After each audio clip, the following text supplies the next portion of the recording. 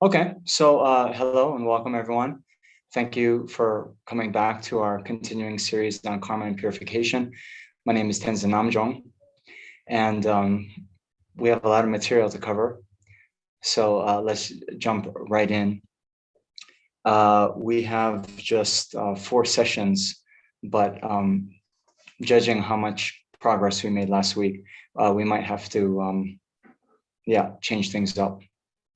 Anyway, as we now start, then please set your motivation, thinking that the purpose of my life is to benefit all sentient beings, and in particular, in order that I may be able to liberate the numberless sentient beings from the oceans of samsaric suffering and lead them to the state of enlightenment, I myself must first achieve the state of enlightenment. And therefore, I need to accumulate all the causes of enlightenment, purify all the obscurations. And in order to do that, I need to learn about karma and the way to purify it very precisely. And therefore, I'm going to take part in this teaching here this afternoon so I can learn all the methods to achieve enlightenment as quickly as possible for the benefit of all sentient beings. Okay. So now,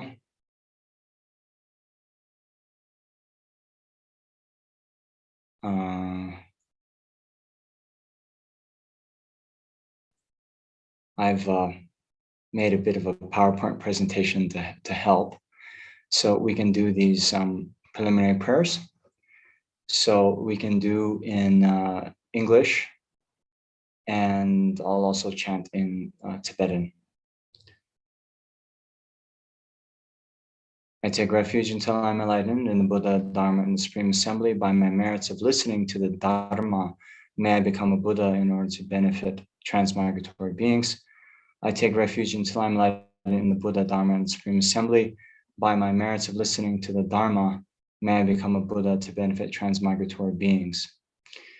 O Sangye Chedan Sogi Chona La Janju Badu Dani Kapsuchi Dagi Chenyen Gibe Soknam Ki Jola Penche Sangye Bar Shog. Okay. So last week we were going over the karma section in the Lamrim Chenmo. So you can see the screen share. Yes, okay. So these are the outlines that we covered last week. So it should be a review.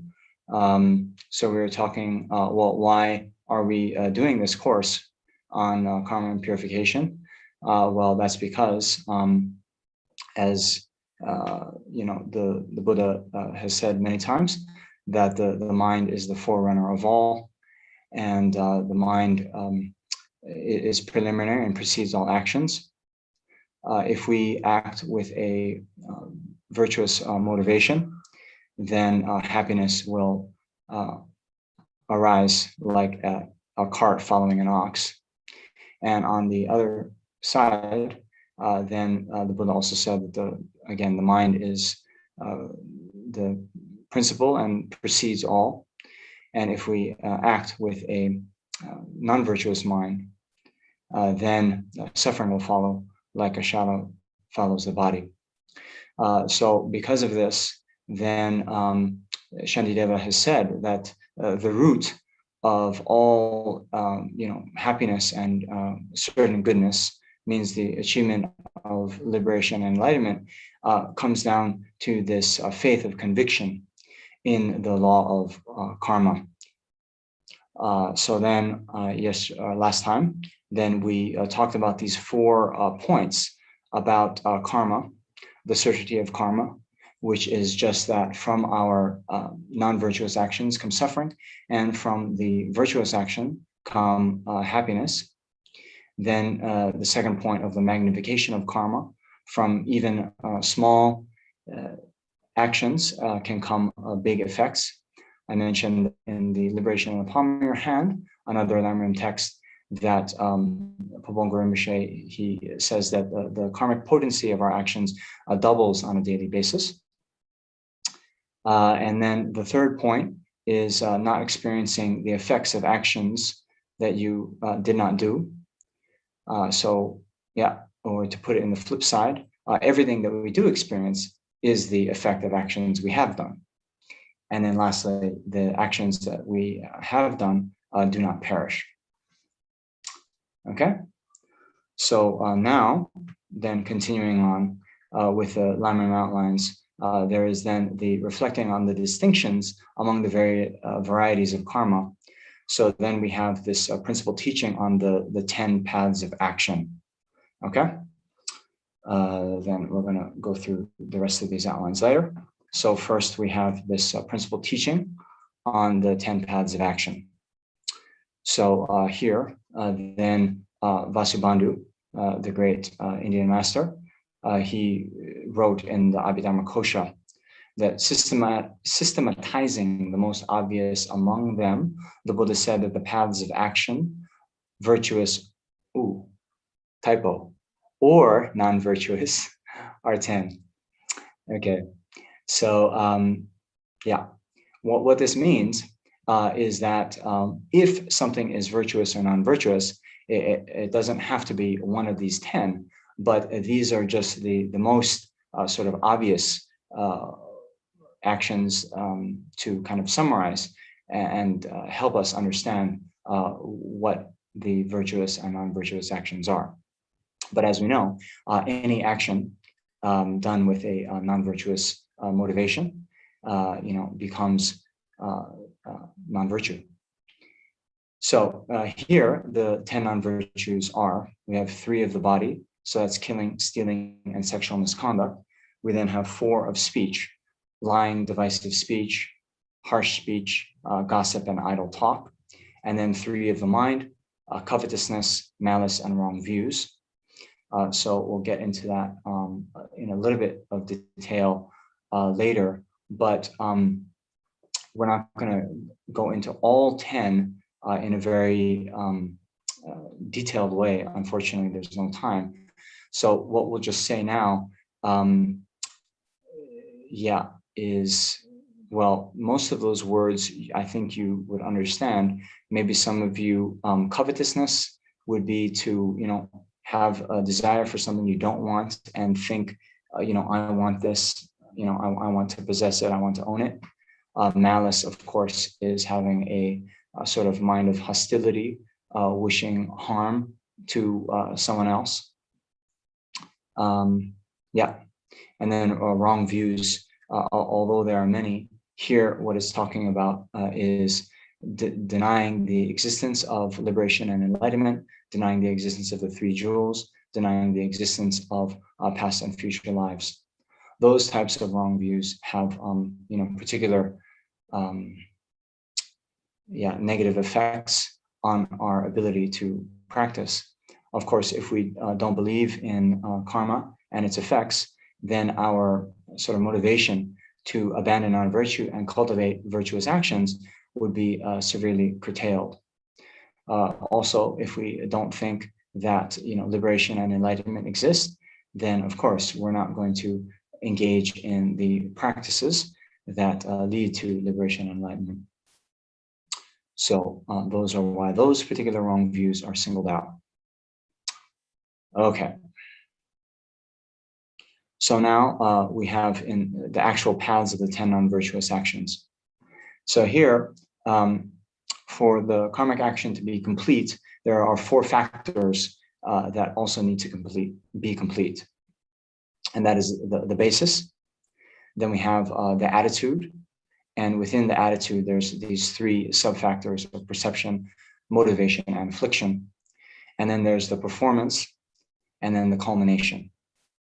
So let's use the action of killing as an example, and and see what these are. So we talked about the basis. So here, the basis is a living being. It's the object, to whom the killing is going to be committed, right? Then we have the attitude, and here these 3 subparts of it, right? The perception is to perceive the living being that is to be killed as being a living being. And then there's the motivation a wish to kill the living being. And then the affliction, any of the three poisons, the three poisonous minds being attachment, anger, or ignorance. So here for the action of killing, then one can think, well, how does that occur due to attachment? Well, one could have the attachment to the taste of an animal's flesh. One could have attachment to owning the fur of a particular animal, right? So that's how killing could happen due to attachment.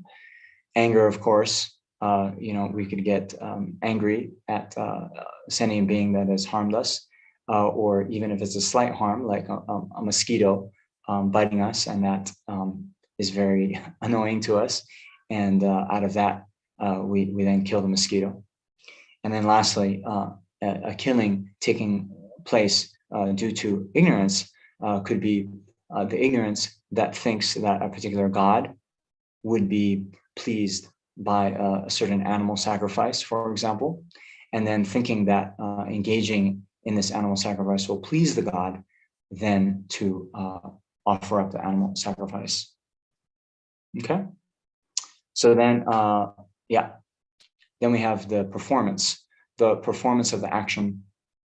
So this can be whether one does the performance of the action oneself or has someone else do it. And then, of course, for killing, we have, using a weapon, using poison, various ways we can kill. And here, it doesn't matter whether we do it ourselves or we have someone else do it. The karmic action is the same. That's why you'll see later, we'll get to the Bodhisattva's confession of downfalls. It says, whatever actions I have done, cause others to do, or rejoice in the doing of. Okay. All right. And then the culmination is that the basis, in other words, the living being would die. Okay. So all of those factors need to be complete for a actual path of non-virtuous actions to be complete. Later, we're going to get into the types of actions where experiencing the result would definitely happen, or the kinds that wouldn't necessarily happen. So if these factors are not all complete, then it is not necessarily the case that a negative effect, a suffering result, would be experienced by you. Okay.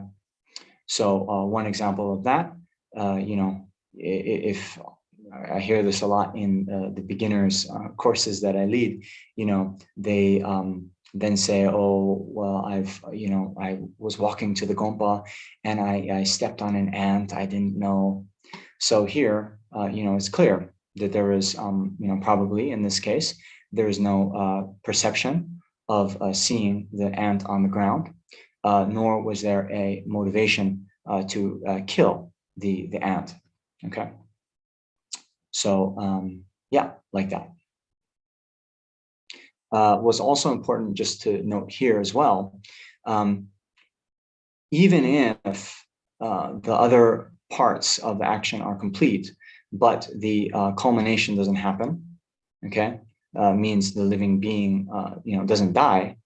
Well, it's not that, if one had the motivation to kill the being, and then just because, let's say, you weren't a good shot, right? They didn't die. That doesn't then mean that that's not a non-virtuous action, right?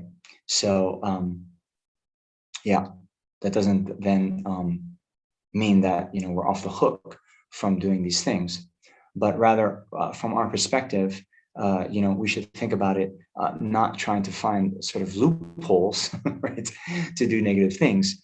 But this can be important because, those times when, let's say, we might even have, out of some kind of ignorance, there's a mosquito that landed on us, and kind of out of habituation, we swatted it. there might be some time where it's still kind of moving and it's about to die. So before the culmination of the action means the mosquito dies, if we change our motivation, and before it dies, we not have that continuous wish to kill, that can actually lessen the effects of our that action. Okay, so it can then help the karma to be less powerful, and therefore easier to be purified later. Okay. All right. So now, next in the Lamrim Channel, it talks about the distinctions of weight. So amongst the 10 non-virtuous actions, then there are these 5 causes that make an action weighty or powerful, heavy. Okay. So here first is the attitude. So intense forms of the afflictions, right? So we mentioned before how these non-virtuous actions can be done with any of the 3 poisonous minds. So, if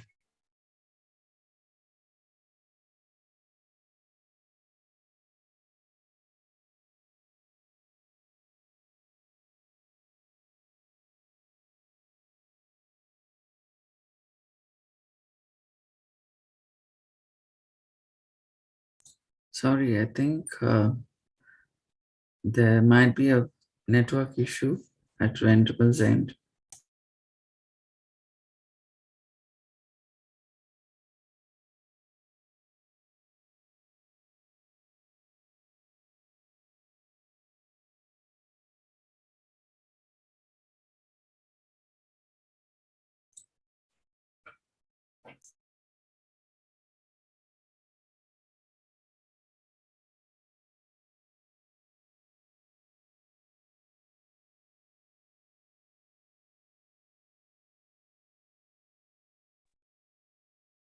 okay, sorry.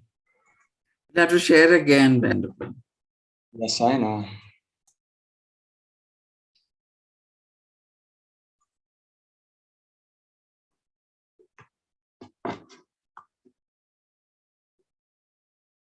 Okay.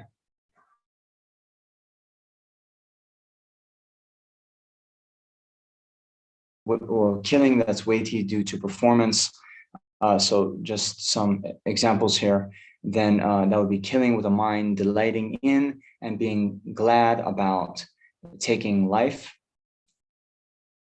And then engaging upon the action yourself or causing others to take it, and then praising the action, being very happy that it's being done.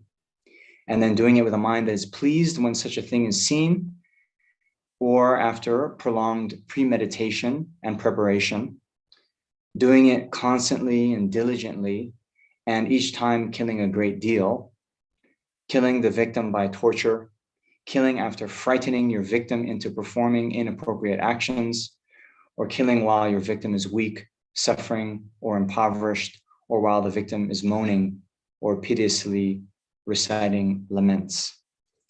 Okay, so I don't mean to be, inauspicious about talking about killing for so much, but it is a way to know, basically, the way that the action is performed. Then, if it's done in these kind of, perverse ways, or very much rejoicing in the action of killing, then it can make that action, quite powerful.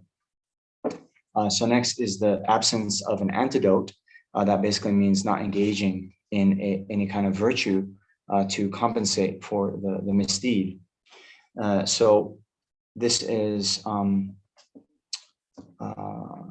again, in the Lamrim Chenmo, it says, while not taking any precepts on a daily basis, not doing things like observing the one-day vows, like the Mahayana precepts, not engaging in kind of purification practice from time to time, never kind of being reflective about whether our actions have been virtuous or non-virtuous. And then, while not having reached either a state of freedom from worldly attachment or clear knowledge of the teaching. Then we have the clinging to the perverse, holding to extreme wrong views. So, we do see some examples of this. Angulimala, who, from the Buddhist time, he had this thought because his guru told him that you would receive or you would attain liberation if one killed 1,000 people. So then, thinking that that was actually the path to liberation, then Angulimala, went out and killed 999 people. His 1,000th victim was going to be the Buddha. Fortunately, the Buddha had, knew this was happening and then was able to pacify and subdue his mind. But anyway, sort of extreme wrong views like this also make those actions weighty. And then there's the action due to basis, or in other words, the recipient of the action.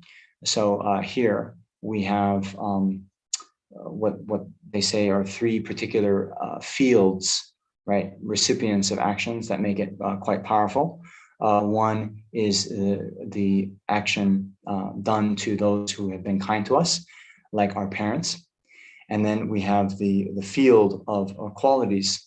So the Buddha, the Dharma, the Sangha. And then we have the so-called field of those who are miserable. So those who are, very poor, very sick, experiencing a lot of suffering. Then if we, do actions in relation to them, that can also cause the relative karma to be stronger. Okay. So then these are for the what we talked about on the previous page. That is for the 10 non-virtues. But also we have for, in general, other actions. So, for example, giving charity. So, when we say there's the non-virtue of stealing, then the virtue is not stealing, right? So if we are in a situation where we see something that doesn't belong to us and we have this thought, oh, I want that, but then we refrain from stealing, then that becomes the virtuous action of not stealing. But then there's the positive action of generosity, giving away charity. So again, we have, virtuous actions that go above and beyond just the mere 10 virtues. So those can be powerful as well due to these 4 aspects. So strength in terms of the recipient. Here, this is, also what we talked about, those fields of kindness, the field of qualities, and the field of suffering. Then, you can imagine if we offer, some kind of charity to someone who is very poor and destitute, of course, even, 100 rupees for them might be so much more money, than they have. And so that would become a particular strong action. And then there's the strength in terms of the support. So the strength in terms of the support means the person who's undertaking the action. So here it talks about a bodhisattva, or someone who has taken the monastic vows, either the 32 vows of a novice, the 253 vows of a fully ordained monk. Actually, it also even says those who take the Mahayana precepts, then because one has taken the Mahayana precepts of the mind of bodhicitta, and it is then abiding in that morality, it says in the commentaries that all those actions are 100,000 times more powerful than someone who has not taken the Mahayana precepts. So that is the strength in terms of the support. And then there's a very nice story in the sutra. in this section on the Lam Rim, where it talks about a bodhisattva who has renounced the householder's life, means the monk, holding a lamp, wick coated with a trifling amount of butter in front of a stupa. Okay? So it says that the merit accumulated from this is then compared to all the living beings in the universe of the 3 billion world systems, having entered the Mahayana, possessing the kingdom of a universal monarch, and then making offerings to a stupa of the Buddha with butter lamps whose vessels were the size of an ocean and whose wicks were the size of Mount Meru. Okay, can you imagine? All right. So it states that even this would not match 100th of the former's merit. Okay, so it explains that this is a case in which the attitude, the spirit of enlightenment, and the recipient, the stupa, are not different, but there is a pronounced difference in the object offered, because the first one is a fully ordained monk, right? That means, you know, they've taken on the not only the bodhisattva vows, but they have taken the monk's vows, which are pratimoksha vows. Okay, so following this line of reason in the passage, it is evident that regarding the cultivation of the path by someone without the support of a vow, someone having a vow, and within having a vow, the support of possessing 1, 2, 3 vows and so forth, the latter will have quicker progress than the former. Okay, so this is very important. I know most of you on this are lay people, but many of you, I hope have taken the pratimoksha vow, right? And in the pratimoksha vow, then as a lay person, you can take either 1, 2, 3, 4, 5 vows. And so, the more you take, it's not just that you get the merit of having, lived up to that particular vow, right? Like a vow against killing or stealing and so forth, but all one's other virtuous actions that one undertakes become more powerful through the possession of these other vows. So very, very good. And then, what I was saying about the Mahayana precepts, then it's very good to do these as much as you can, especially on the full moon, the new moon, and then the various Buddhist holy days in the year, the Sakadawa Duchen, the 15 days of miracles right after the Tibetan New Year or the Lunar New Year, and then the Labab Duchen, the descent of the Buddha from the heaven of the 33, and then also the Chukor Duchen, the first turning of the wheel of Dharma. So especially on those days where the merit we undertake is multiplied, then by taking these, one-day vows, then, we get so much benefit from that. So actually in the Liberation in the Palm of Your Hand, then actually it was a teaching that Pabonka Rinpoche gave to mostly monks. And even in that, Pabonka Rinpoche was praising and sort of advertising, urging the monks, even though they have, a fully ordained monk has 253 vows, even saying for them to take the 8 Mahayana precepts. So anyway, like that. So then we have the strength in terms of objects. So here, what that means, for example, when we give, then of course, those of you who know the perfection of giving, we have the giving of material resources, giving protection from fear, giving love, and then giving the Dharma. So giving the Dharma is seen as something more, a lot more beneficial than giving material objects. And those of you, who have, doesn't have to be giving teachings like this. Even when we go out and we see if you're in India, we see cows on the street, we see stray dogs and so forth. We see birds outside of our house. We might have some pets. So even by reciting mantras for them, or if we're, reading texts to, recite sutras or other texts out loud where they can hear, that is a, charity of the Dharma for those other sentient beings. So that's, very good to do. And then last, we have the strength in terms of attitude.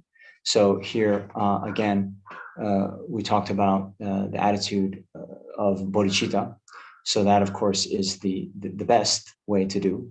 Many of you know the so-called three types of practitioner, or the three kind of scopes of the Lamrim, which are the three motivations with which one can undertake virtuous actions. The small scope being the undertaken with a motivation to achieve a good result in our next rebirth or a future rebirth, right? So then we also have the middle scope, which is a motivation to gain liberation from all of samsara. And then lastly, we have the Mahayana motivation, the wish to achieve enlightenment for the benefit of all sentient beings. And there, again, it's described that, even doing the same action, like reciting the Tara praise, if one does with any of those types of motivations, of course, it'll be virtuous. But as Shantideva says in the Bodhisattva Charyavatara, that all other virtues are like a plantain tree, right? So a plantain tree, just like a banana tree, as you know, then, once it bears fruit, then it dies. It cannot bear fruit again. So the virtues done without the mind of bodhicitta, okay? Let's say we do a virtuous action with a mind, to attain a good rebirth in our next life, or to attain wealth in our next life. Well, it will be a virtuous action. But once that ripening effect is experienced, then just like the banana tree, it's finished, right? The actions we undertake with a wish to achieve liberation from samsara, okay, it will go to create a cause for that. But once we attain liberation from samsara, then, the karmic potency of that action is also finished. But the action is done with the mind of bodhicitta, then it's like the supreme, wish fulfilling tree, which, never sort of runs out of its kind of harvest or fruition. Okay, so that's the strength in terms of attitude.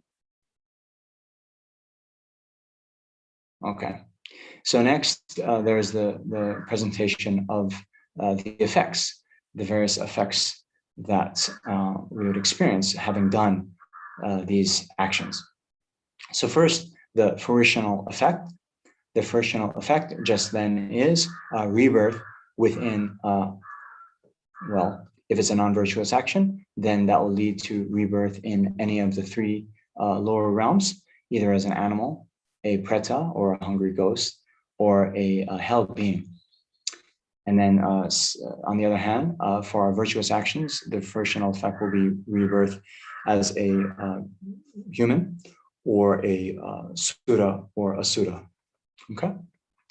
Then we have the causally concordant effects. So these then, there is a presentation of two. So there's the behavioral effects, which then means, let's say, we've killed in this life, then even in the future, after, we're born in the lower realms, when we're born again as a human, we will have a kind of propensity or a liking to engage in killing. And so we'll kind of, be habituated to that non-virtue. And then the experiential effect would be when we are again born as a human, we then will be killed, okay? Or we will have, a short life. And then the environmental effects would be, for example, again, from killing, then we might be born in a place where there's a lot of war, where there is, a famine, droughts, crop failures, and so forth. So the conditions that then would make it difficult to promote and sustain life. Okay. All right. So now, which of these is the worst of the four we've talked about?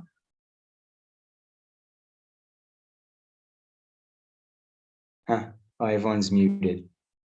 So Rinpoche is very fond, Lamazo Rinpoche is very fond of sharing this. So he has made a nice card with it. And there he says, he quotes the Buddha, one who always becomes habituated and familiar with non-virtue will in the future depend on non-virtue, engage in non-virtue, and be reborn following non-virtue again. So, for Rinpoche, and the Buddha as well, he's emphasizing that actually this behavioral concordant effect is the worst, because even the fruitional effect of getting reborn in the lower realms, we might, even if we're born in the hell realms and experience that suffering for the rest of the eon, once the eon is over, then that karma is finished. But by engaging in non-virtue, and then we have a propensity to engage in non-virtue again, then that's what makes our samsara endless. We'll continue to cycle in samsara without break, without end. So that's why even these small actions that we undertake, the seemingly small action of, oh, it's just a mosquito, I'll kill it, no problem, then that creates a sort of habit. So we are creatures of habit, and every time we do something, then it's more likely that we're going to do that action in the future. And this is why later when we talk about the four opponent powers and the especially the opponent power of sort of resolving not to commit that negative action again, we're trying to break this effect of engaging in non-virtue again and again. Okay. So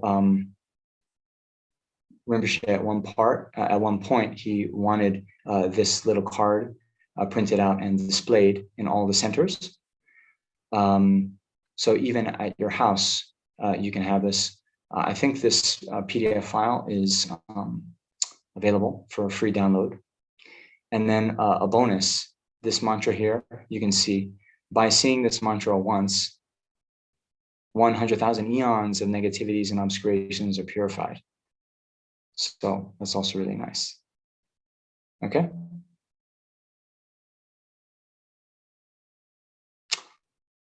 All right. So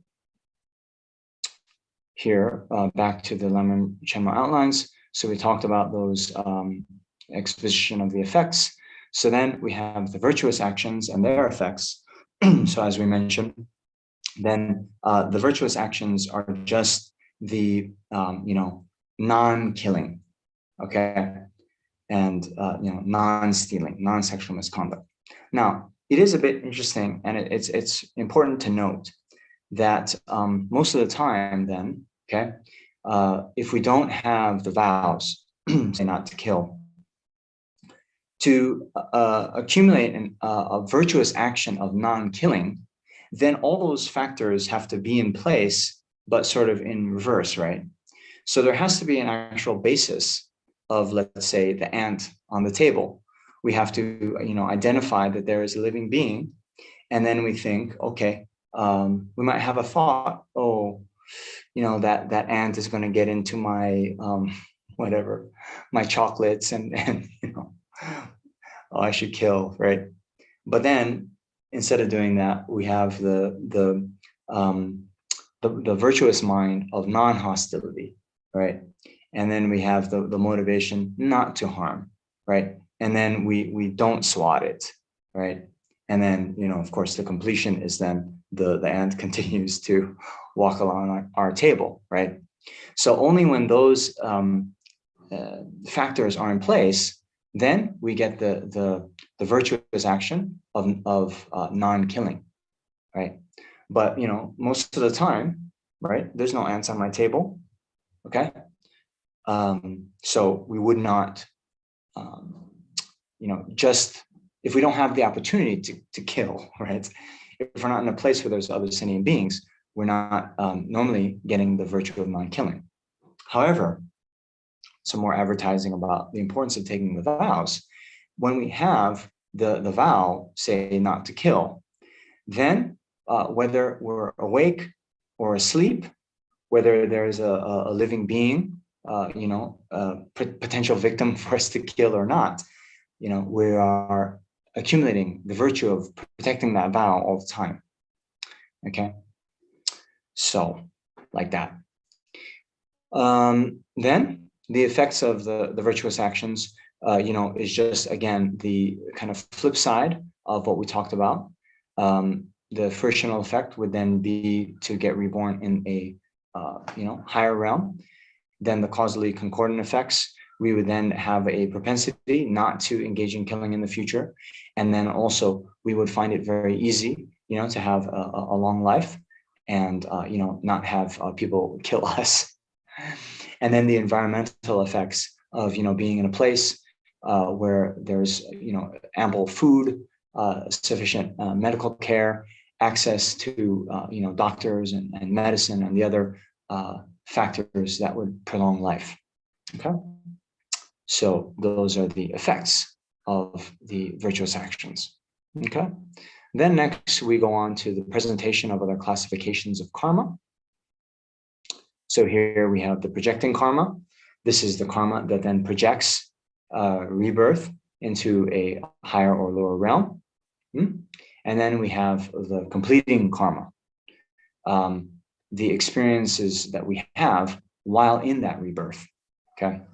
So here we can think of examples where there are non-virtuous projecting karma, but virtuous completing karma, like those times when there might be an animal, but that animal is born into a good family, born into a good human family that feeds it very nice food, gives it a very nice bed, and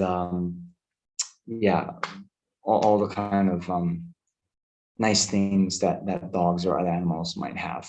Okay, so that would be a good completing karma, although the projecting karma is bad. Then we have also instances where there's good projecting karma, but bad completing karma, in the sense of we see many humans, right, that has come from a good projecting karma, but they might be very poor, they might be very sick, they might be living in a place where there's a lot of war and other kinds of calamities. So that would be due to non-virtuous completing karma. Okay. So next we have this presentation of the karma whose results you would definitely or only possibly experience. So now this is actually all based on a quite long quotation from the levels of yogic deeds. So do you know who wrote that? Tenzin Namjong? No? Maitreya, Arya Maitreya. So were you guessing? In part, yes, of course. Yes. So decent guess, but yeah. So it was written by Arya Sangha. Why I say that's a decent guess is, so many of you know, right, that Maitreya gave the 5 texts that he composed to a Sangha. You remember the story of a Sangha in retreat in the cave for 12 years. And then, at the end of the 12 years, coming across the dog who he generated great compassion for. That dog turned out to be Maitreya. By Sanga's great compassion for this dog, then that purified his karmic obscurations, and then he could see Maitreya as Maitreya. After that, Maitreya took him to Tushita, Pure Land, and gave him the 5 texts. Okay, so it's a good guess, but not quite right. So Asanga wrote the level of yogic deeds, and in there he says that the karma whose result you'll definitely experience is that consciously done and accumulated. Karma whose result you're not certain to experience is that consciously done but not accumulated. Okay, so we have these two, the karma done and accumulated. So now what does it mean, the karma you have done? He continues, what is the karma that you have done? An action that you have thought about or that you have constantly set into motion, either physically or vocally. Okay, so here again, it's important to note, right? Actually, karma in this system is mental intention. Okay, so then we have the karma you've accumulated. So karma that you've accumulated is that not included among the 10 types of actions.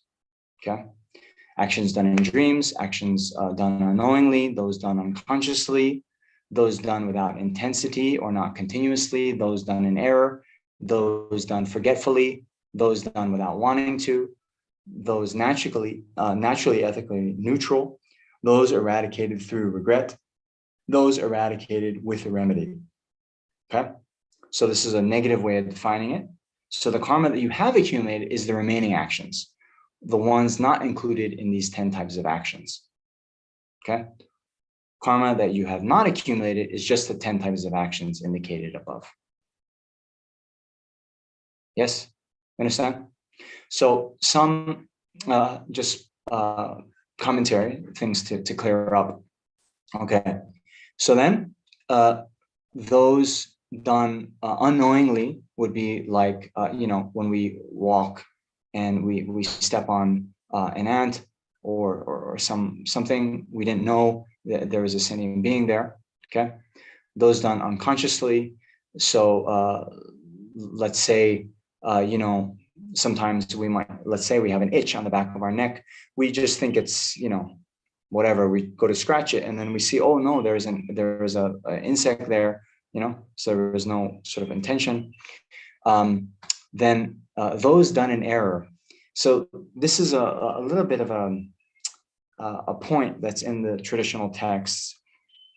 So those done in error could be, for example, if we wanted to kill, let's say, Devadatta, and we go to shoot Devadatta, and instead, when we pull the trigger, the bullet goes somewhere else and we kill another person.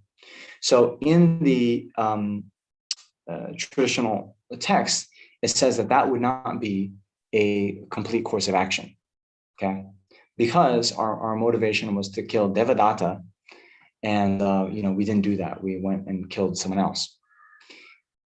If there are other cases where, let's say like a terrorist, we're not trying to kill a particular person, but we're just trying to wreak havoc or kill as many people as possible, and then go into a crowd and start to open fire or whatever. Then those actions would be complete. It doesn't have to be, each time there is an action of killing that we have to, know the particular object by name and have a particular vendetta against him or her. Okay. So anyway, I'm bringing all this up just because you'll see it in the text and it might lead to some doubts. Okay. And then those done without wanting to. So yeah, we could think of something done, under duress, as they say, if someone had a gun to our head and they say, then, we have to then, call someone up and lie or do something, then, that would be done without wanting to. Okay. So I think that clears that up, right? Okay. So what that means, again, just to reiterate, it does not then mean that, you know, the actions that are slightly incomplete, you know, then it's somehow off scot-free. But it then just is a little bit indefinite, whether, right? So it says only possibly experience, right? So it still is possible that we would experience the karmic repercussions of these events, but it's not one that will definitely be experienced. Okay. All right. So, wow, I'm ahead of schedule for once. So then we have the reflecting on karma and its effects in detail. And so there's a little section here that normally, yeah, is a little bit glossed over, but it's this these attributes of the fruitions, okay?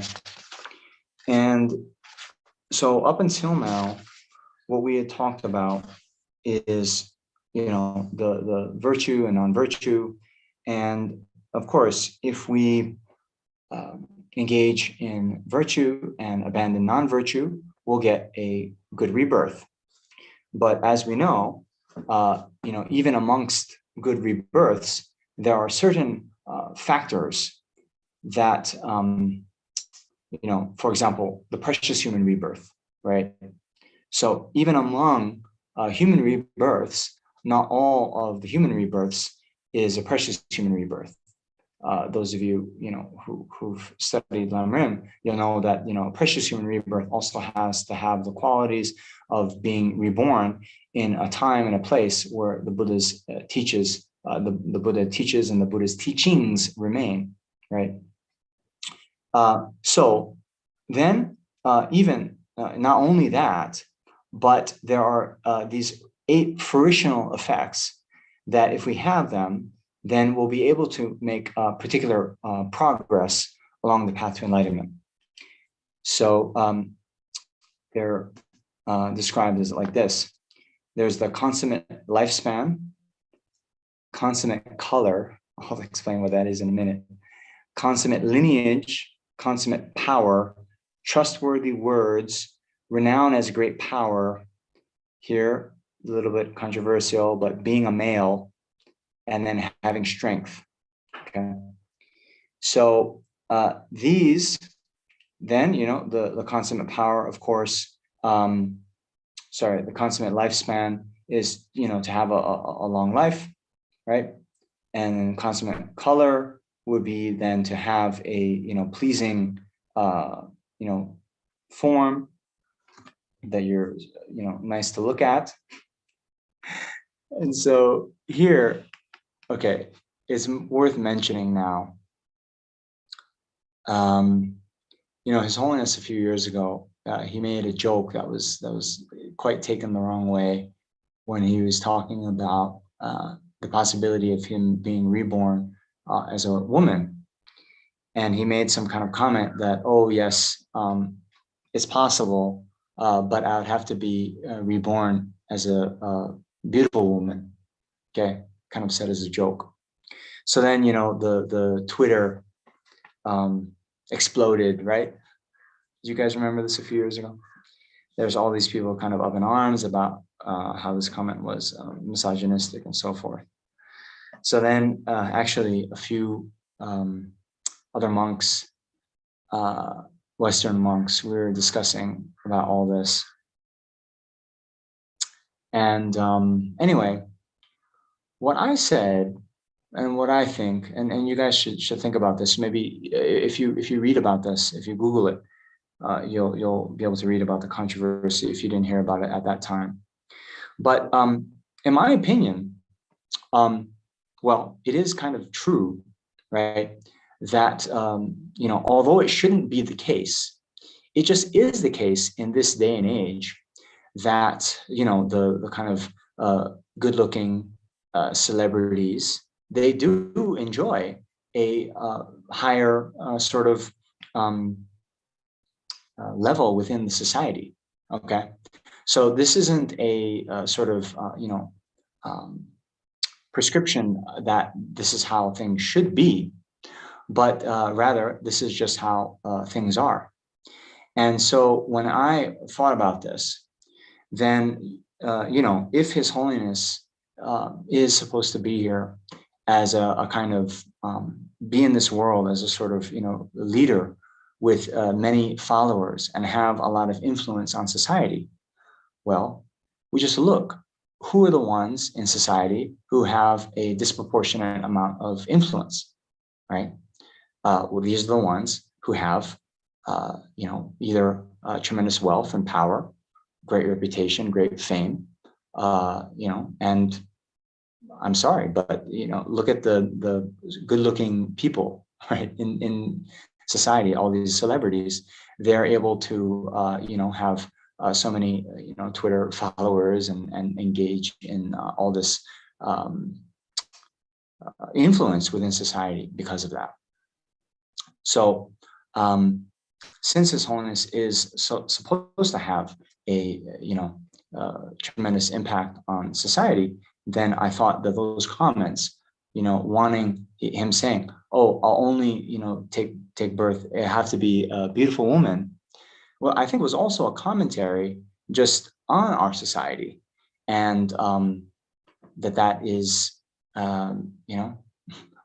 for better or for worse, that is just the reality about who has influence. I don't know. You can think like that. So then consummate lineage then is, to be born in a sort of good family. Consummate power is having great resources, trustworthy words is that, you can speak authoritatively within society. And then again, the other sort of controversial one, being a male, is in this. And here again, it is kind of a, not a statement about how things should be, but rather, again, thinking how things are in the world. I mean, up until now, the most societies have been quite patriarchal, and even in the U.S., which is supposedly quite progressive society, maybe, or at least it was. Women only got the right to vote. About 100 years ago. And even until now, there never has been a woman president of the United States. So,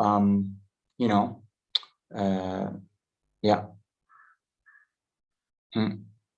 All these things with, having a good family, having, great power and all this, it's because, these things with a good motivation, then, make it more, it helps one being sort of more productive and getting things done.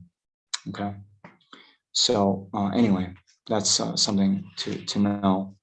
So when you do read it, please don't think that, Lama Tsongkhapa is being sexist, or the Buddha is being sexist, or His Holiness is being sexist or misogynistic. It's there in the text, and I'm just trying to explain these are the reasons why, right? So, like that. What do you think? Have I lost you?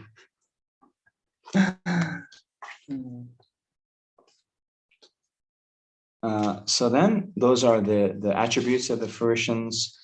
Then it talks about the effects of the fruitions. I think, most of you would know all those various things. It just makes it easier. You attract people that then can become your disciples. If you have power, if you have resources, you can, get things done. Many things that need to be carried out in the world, unfortunately, they require material resources, whether it is, building a, center, printing of texts, or carrying out other virtuous activities like practicing charity, or building homes for the homeless, building retreat centers, dharma centers, monasteries, so forth. So all those things one would need resources. Having trustworthy words, of course, then people listen to your teachings and believe you. And then having strength and power means you have the energy to engage in difficult activities to benefit sentient beings, and not get tired, not get worn out and burnt out. Okay, so then it talks about the causes of the fruitions. So to have a long lifespan, of course, then one would need to prolong the lives of others. So caring for the sick and making charity of food, medicine, and so forth. Then the cause of having a good, they call it consummate color, but that means an attractive appearance, is to give light, particularly butter lamps to holy objects, to give clothing to others, right? To have a consummate lineage means being born into a good family. Then we do that by overcoming pride, and to pay homage to our gurus and so forth.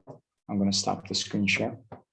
To have trustworthy words is coming from giving up the 4 non-virtues. To have power is coming from giving food, clothing, and so forth to those who request them, and helping others even if they aren't requested.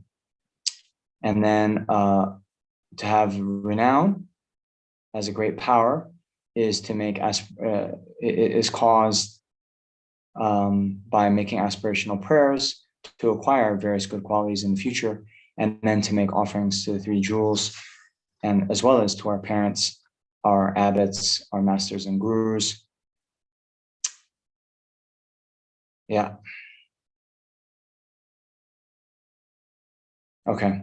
So since it's there in the text, it says the cause of being born as a male is to rescue those whose male organs will be cut off. So I think because of this statement in the text, many of you, if you've met some Tibetans, they'll know, you'll know that the process of spaying and neutering animals is not much practiced. And that's one of the reasons why there's so many stray dogs here in Sept. But more recently, I had, well, not so recently anymore, but there was a few stray cats that I was taking care of. And I did speak with my teacher here, and was talking about spaying the cat so that there would be less kind of stray cats around. Because as you know, when there are more stray cats in the area, that leads to more fighting. And yeah, it's quite a bad life, quite a suffering life. And so my teacher actually said, if you had a motivation of, in aggregate, wanting to alleviate the suffering of the stray animal population, then, it's fine. It's actually good to, have your, or to have a, animal spayed. So anyway, something to mention. Okay.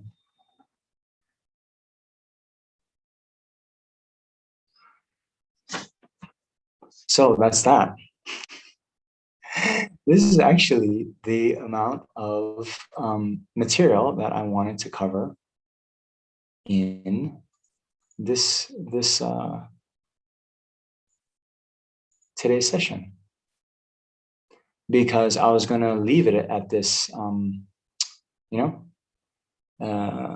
Oh, you know what? I can continue. I wanted to cover, starting next session, the 4 opponent powers. So let's just continue with the next, how you engage in virtue and turn away from non-virtue after you've reflected on karma and its effects in general and in detail.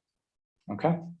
So the general explanation, this I actually brought up in last session, where we were talking about the importance of this. And then there's a few quotations from Shantideva. So Shantideva says, from non-virtue comes suffering. How can I truly be free of all this? It is fitting that at all times, day and night, I think only of these. Okay. So here the point is, all those outlines that we've gone through, again, in this session, we've generated the wisdom arising from hearing. So by all means, you should read the Lamrim yourself, read the various texts that explain these in detail, and sort of, think about it more. And then the point is to, modify our behavior, right? The hard part. The easy part is just to, spout off what these various words mean in the text. But the real practice is then to modify our behavior so that it's in accordance with the law of cause and effect. So, yeah, like that.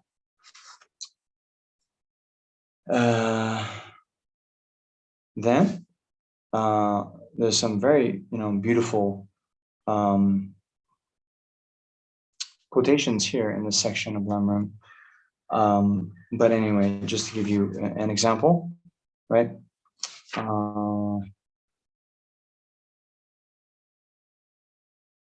Okay. On this occasion of training in karma and its effects, when we compare our actions of body, speech, and mind to what is taught in the teaching, they will not be in conformity. In this, we are deficient. Therefore, we are not at all liberated. We must see whether we are in conformity or not by comparing ourselves to the law of karma and its effects. When we examine our mind in light of the teachings, we are wise if we sincerely recognize non-conformity or a complete lack of conformity. The collection of indicative verses states, those who are childish and know themselves to be childish are wise in this regard. When we are comparing ourselves with the teachings, it can be like carrying a corpse. We are at odds with the teachings. Okay, so what this means, right? When we compare ourselves with the teachings, it can be like carrying a corpse. So, the corpse is on our shoulder, but it's, it's not, how do you say, put it on your back, then the corpse is, facing away from you and you're facing forward. So it's like, kind of two completely different directions. So when we compare ourselves to the teachings, it's like, we're the corpse facing one way, and then the teachings is having, it's us face the other way. When you hope to be the best of religious persons and revered scholars, you're being the worst of the childish. Again, the collection of indicated verses says, those who are childish but consider themselves to be wise, they are called childish. So at the very least, understand what is being said with regard to the teaching and examine yourself accordingly. You guys understand? So, yeah, it's a little bit harsh, the words here in Lamrim, but this is the point. Until we are liberated, then there's always a chance that, as long as we're born due to karma and delusions, there's always a chance that we'll be reborn in the lower realms due to previously accumulated negative actions. So therefore, at the very beginning of the teachings, when we are engaging in these practices in common with the small capability practitioner, this is the very heart blood of all of it, to abandon negativities as much as we can and accumulate virtue as much as we can. So, like that. All right. So next session, we'll go over the 4 opponent powers, and we'll go over the 4 opponent powers in relation to the practice of the confessions of Bodhisattva downfalls. So, like that. By the way, are any of you already doing that practice? Prostrations to 35 Buddhas on a daily basis? Okay. Good. So you have 1 more week to rest up. But starting next Saturday, we're going to be doing, okay? All right. So maybe at this point, we can open it up for questions, if there are any. You can just unmute or put your hand up through reactions.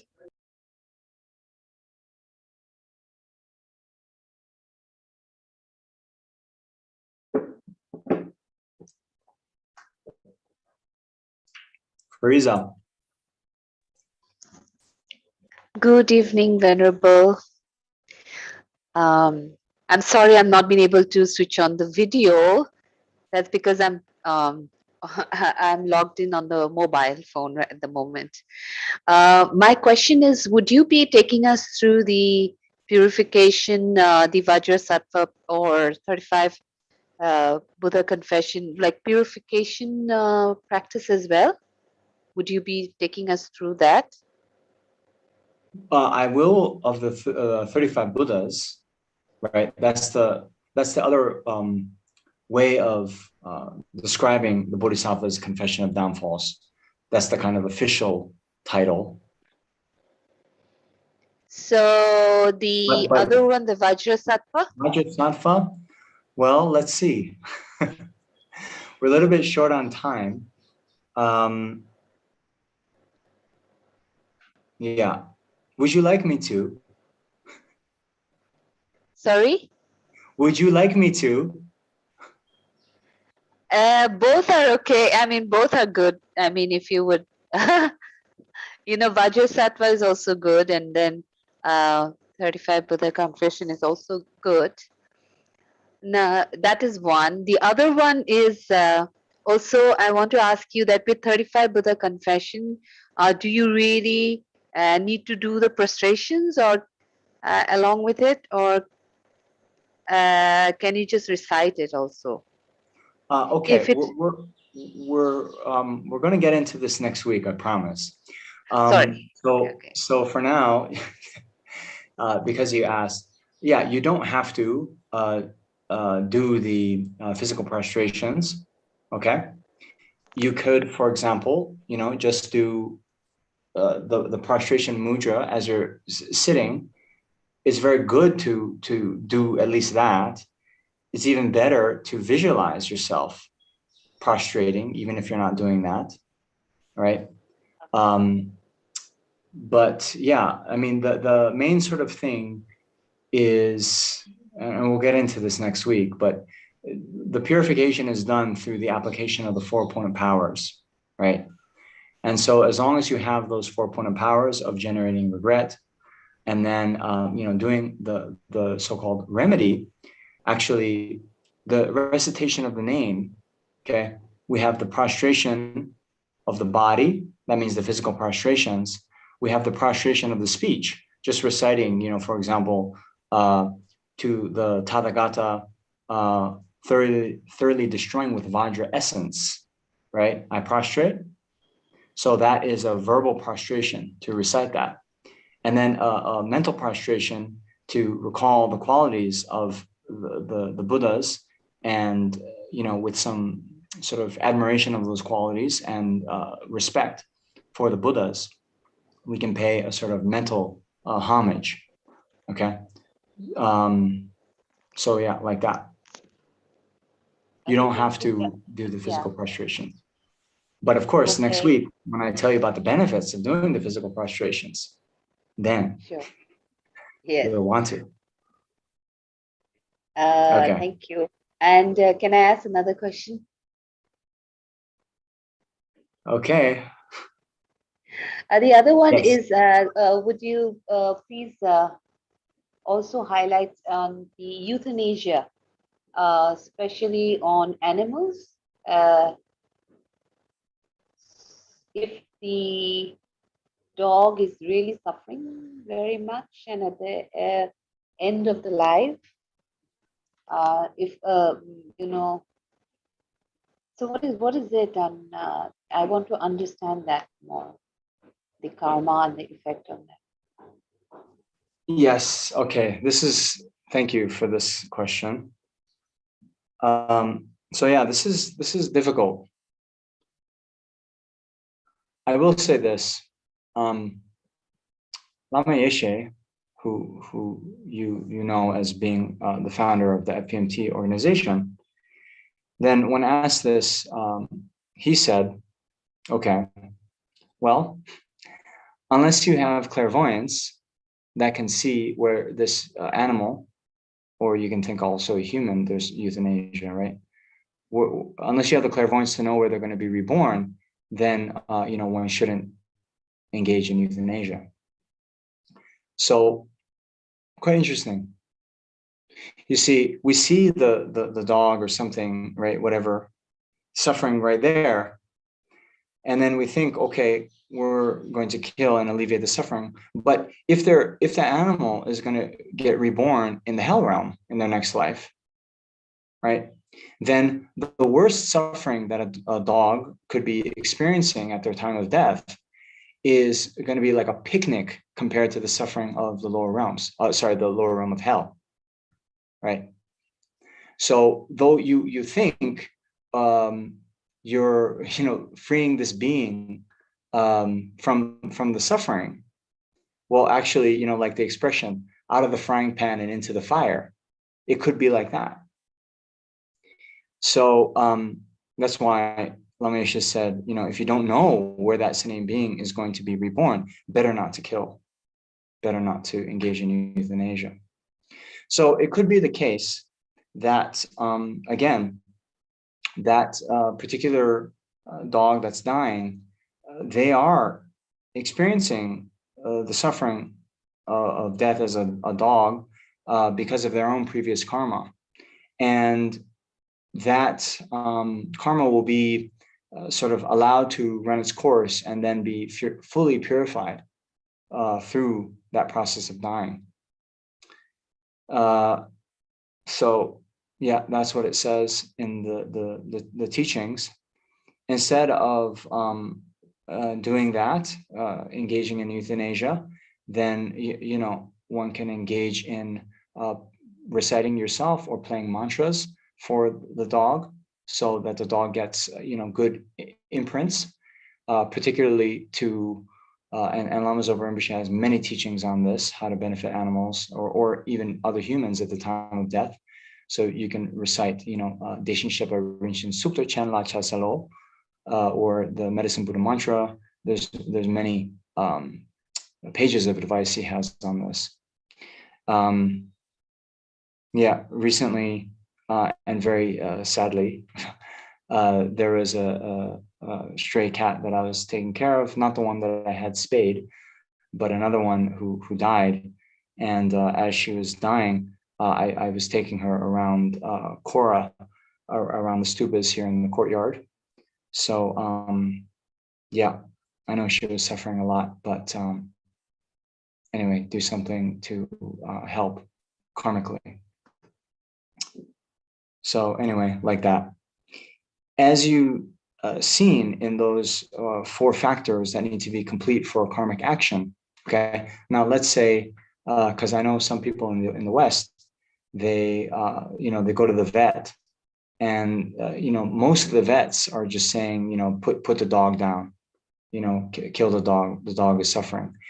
So it's very rare to be able to find a vet who will allow you to let the natural death process take place. So if you are in a situation where you're sort of forced, this is what we were saying, doing an action that you don't really want to do, to even have the thought, I don't want to kill this dog, you know, I don't want the dog to die, but through these circumstances beyond my control, I'm having to then sort of give permission. But even doing that with a very strong reluctance, you know, not wanting to have to do this, then that would lessen the karmic impact of yourself. Okay? Thank you, Farida. Venerable. Yeah? Yeah, thank you so Okay. much. Thank you. Yeah. I have a question, Venerable. First, Yes. thank you very much for your teachings. Really precious, something that we can also apply immediately. So thank you for that. My question is about projecting karma. I'm Okay. a little unclear about what that is. What is the kind of karma that actually projects you into the next life? And second, why is that particular karma overriding all the karma that you would have collected otherwise in this lifetime and the previous lifetimes? Okay. So it's to answer the second question first, it's not that the rest of the karma is somehow erased, right? As we know from the four sort of root outlines on the attributes of karma, once an action is done, it does not perish, right? So what happens is, okay, normally at the time of death, what Vasubandhu says in the Abhidharma Kosha is the strongest karma will ripen first. Okay, right. So there, you know, we know the so-called five actions of immediate retribution, right? Killing your mother, killing your father, causing division in the sangha, killing an arhat, or with a malicious intent, drawing blood from a Buddha. So that karma will definitely be experienced right in your next life, and one will be reborn in the hells, right? But all the rest of the karmas still are on your mental continua, and they will, you know, eventually ripen. So the projecting karma is the karma. It has to be a complete karma in terms of those attributes of having the, you know, the basis, the attitude, the you know, completion, all that, the performance and the completion all intact, right? And then depending on that, those you know, the ones that are heaviest ripen first. If they are of equal weight, then the one performed you know, furthest time ago will ripen first. So there's different ways that that's done. So that's what you know, projecting karma just means a karma that's strong enough to you know, have a fruitional effect. That means to project a rebirth within samsara. So let's say, for example, somebody dies in an accident. Mm-hmm. So if we take that as an example, so that was an unexpected act. Maybe they were doing something very neutral, like driving to work. So in the moment of the death, probably no karma was created. It was, or if it was rather neutral. So in that kind of a scenario, if you could use that as an example in saying that, then what karma applies to project them into what kind of life? Okay. Well, there's two things, right? There's the karma that we do, and then there's the karma that ripens into our taking another rebirth, right? So if you're saying now, okay, a person who is say driving to work, they get into a car accident and die, right? Okay, you're talking about the person who dies, not the person who runs into them. Right. So the person who dies, they then, right, they whatever karma which is most powerful will then ripen, and that will project them into their next rebirth. I mean, assuming they are not an arhat or not, an Arya Bodhisattva. Assuming they're not yet liberated from samsara, then the strongest kind of karma will project them into their next life. Thank you very much. Okay. I think we have time for one more question. Venerable, can I ask a question? If no one else has, I just wanted to know what is the karma and versus karmic paths to karma. And secondly, I wanted to know how does the Vaibhavashika and Prasangika Madhyamika view on karma differ? And is it really that karma is mental intention in all, according to all schools?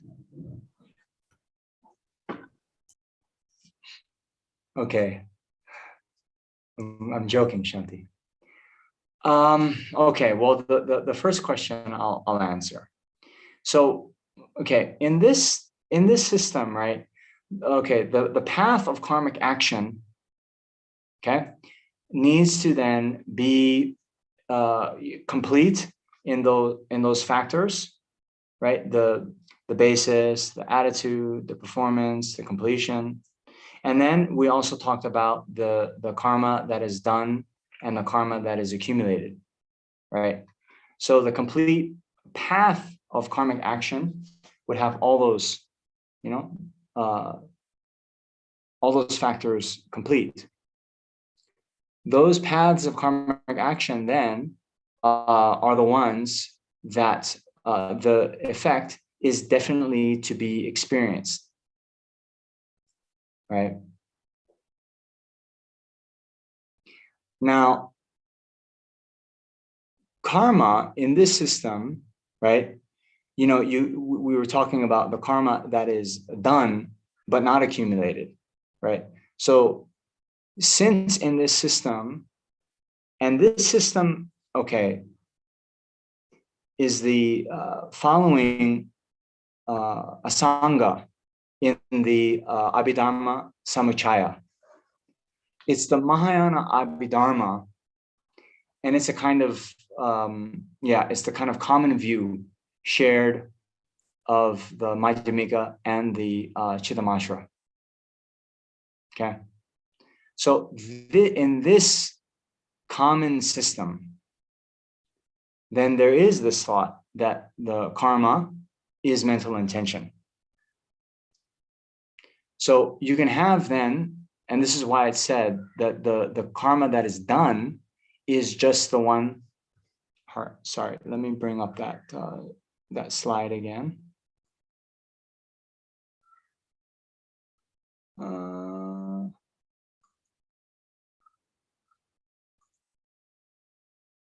Where is it? See what you see this? Oops. Right.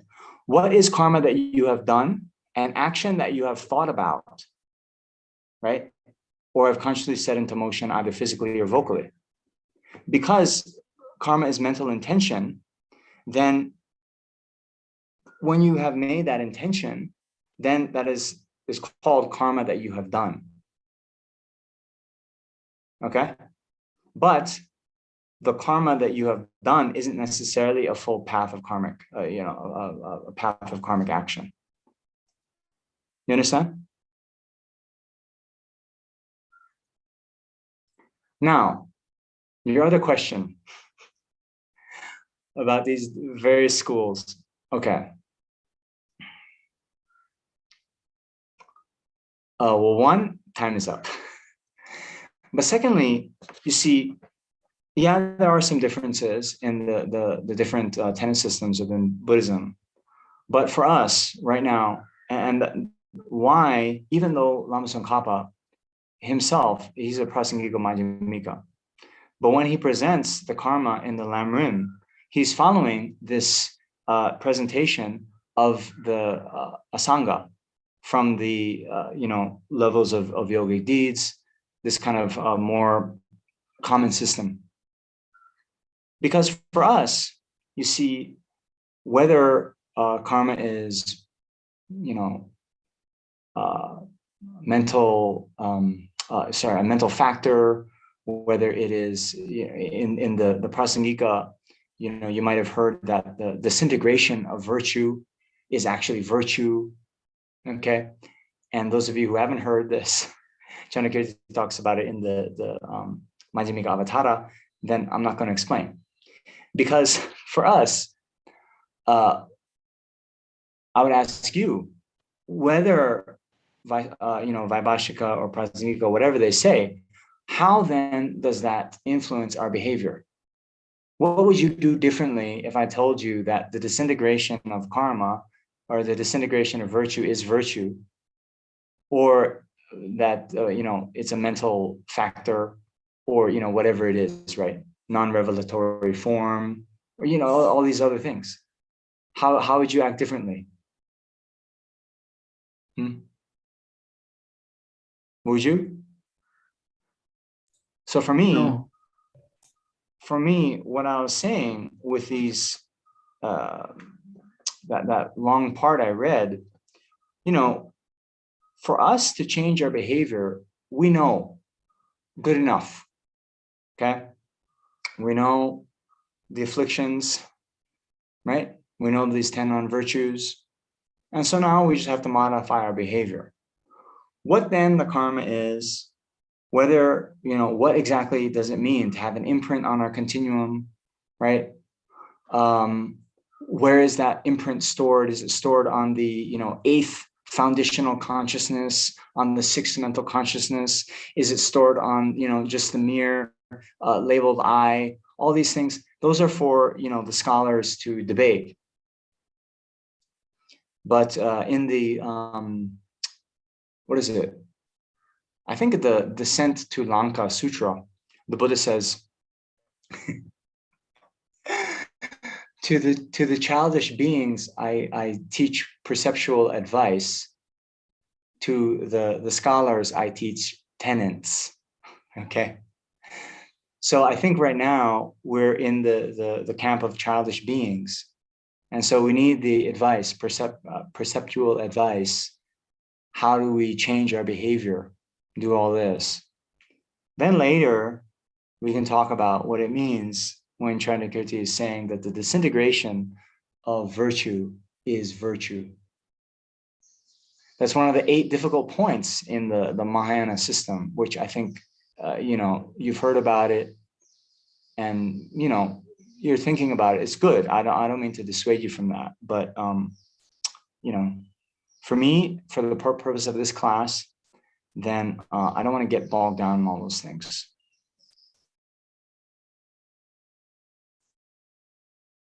Now, I also don't understand those things perfectly, but I'm going to say, oh, it's for you, No, seriously at all. That in itself, it's all of the 8 difficult points of the Prasangika Madhyamika system, and that itself here in Seta, we debated that for a month. It's like we have a 4-week, 4 weeks of an hour and a half class where we're trying to go through this whole thing, and I want to go through the 35 Buddhas. So, these kinds of points, it's not that they're not important, but right now, it's not what I want to emphasize. Okay?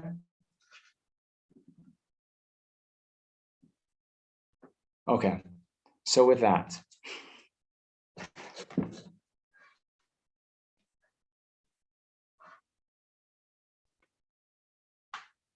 all right, well, now I feel bad. Okay, the point, just this is just something we think about, right? Disintegration, okay? disintegration, then it means when something has existed, when it no longer exists, right? Okay. So for the lower schools, disintegration is a megak. It's a non-affirming negation. A non-affirming negation is necessarily a permanent thing. And a permanent thing is therefore not a functioning thing. And a functioning thing cannot be a cause. Okay? So when you see Chandrakirti say that the disintegration of virtue actually is virtue, okay? There in their system, they're saying that actually disintegration is a functioning thing. Because we see, for example, if we run out of food, okay, that caused the person to die of hunger. When we run out of, water for our field, or when the plant runs out of water, then the plant dies, and so forth. So we do see the disintegration means the exhaustion of something being able to, in some way, perform a function. It has an effect within the world that we see. So anyway, I'll give you that little just treat because, I don't want to leave you empty-handed.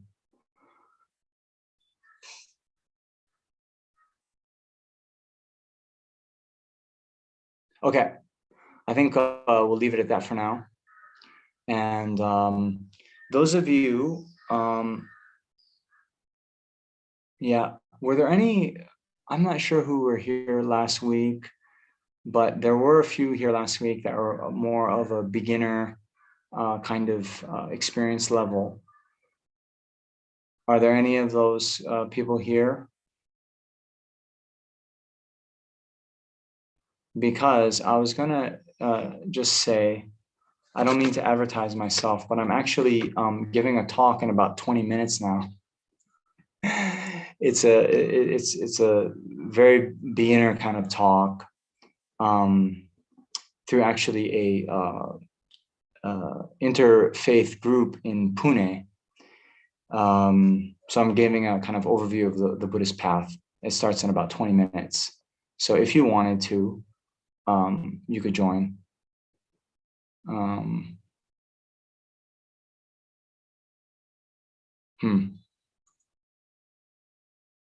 Let's see. Hold on. Your name is Aloha. So hold on.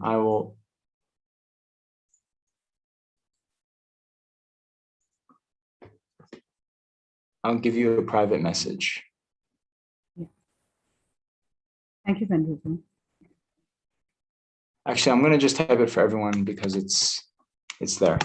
Okay, so it's in the Zoom chat. Anyway, let's just dedicate the merit. So due to the merit of having attended this teaching, may all sentient beings, vast as the vastness of space, quickly be freed of all their suffering and attain the state of complete enlightenment as quickly as possible. We also dedicate for the long lives of the spiritual friends and for all their holy wishes to be immediately fulfilled. And then all of the beings who have recently died, may they be born in Pure Land where they can achieve enlightenment. And then all the beings who are sick, may they quickly be freed of all their ailments. And whatever diseases there are in the world, may they never occur again. Okay, thank you very much. So, yeah, we'll see you next week. Thank you. Thank you, well, Venerable. Thank happy. you, everyone. Thank See you. you. Okay.